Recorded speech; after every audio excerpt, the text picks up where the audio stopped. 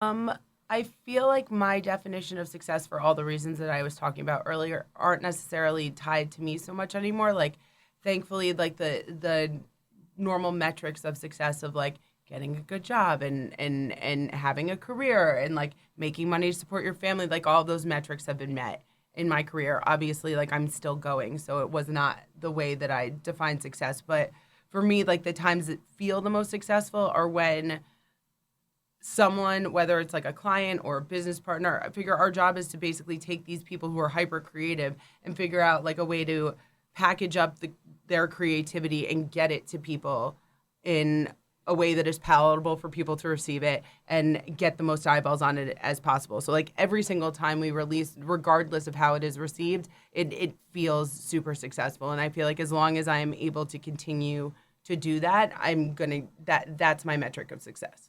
Are we making new stuff? Does it feel interesting? Is it exciting? And is it getting out there?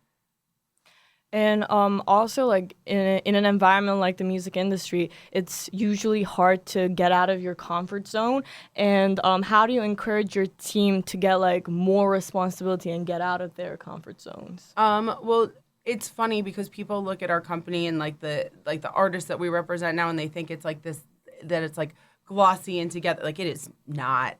Like we are still like it's a very scrappy startup because Scooter and I like both worked normal jobs for 3 minutes. Like we don't really know how to run a company the way that one would expect like a company of our size to run.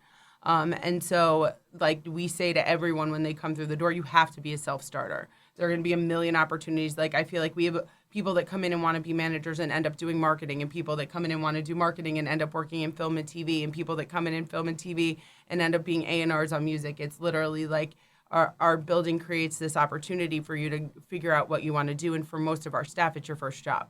And so like we tell them not to get tied down to anything. If something sounds interesting, like come to us, ask us if you can get involved. We're always going to try to find a way to help you figure it out because people helped us figure it out, and that's how we got here. And so it's more about like don't have a comfort zone coming in.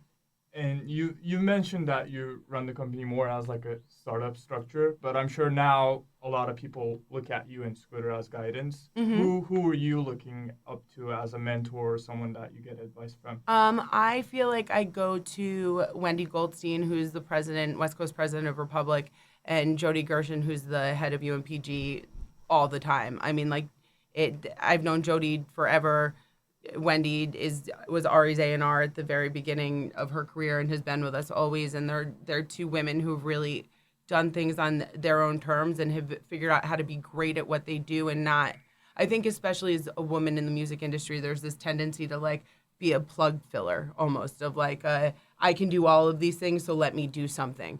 And they've like stayed resolutely. This is what we're great at. Like Jody is an amazing publisher. Wendy is an amazing A&R. They've made names for themselves doing what it is that they want to be doing, as opposed to what other people thought that they might be good at. And so I feel like I go to them a lot when I feel a little bit turned around. I'm like, you guys point me where I'm supposed to go.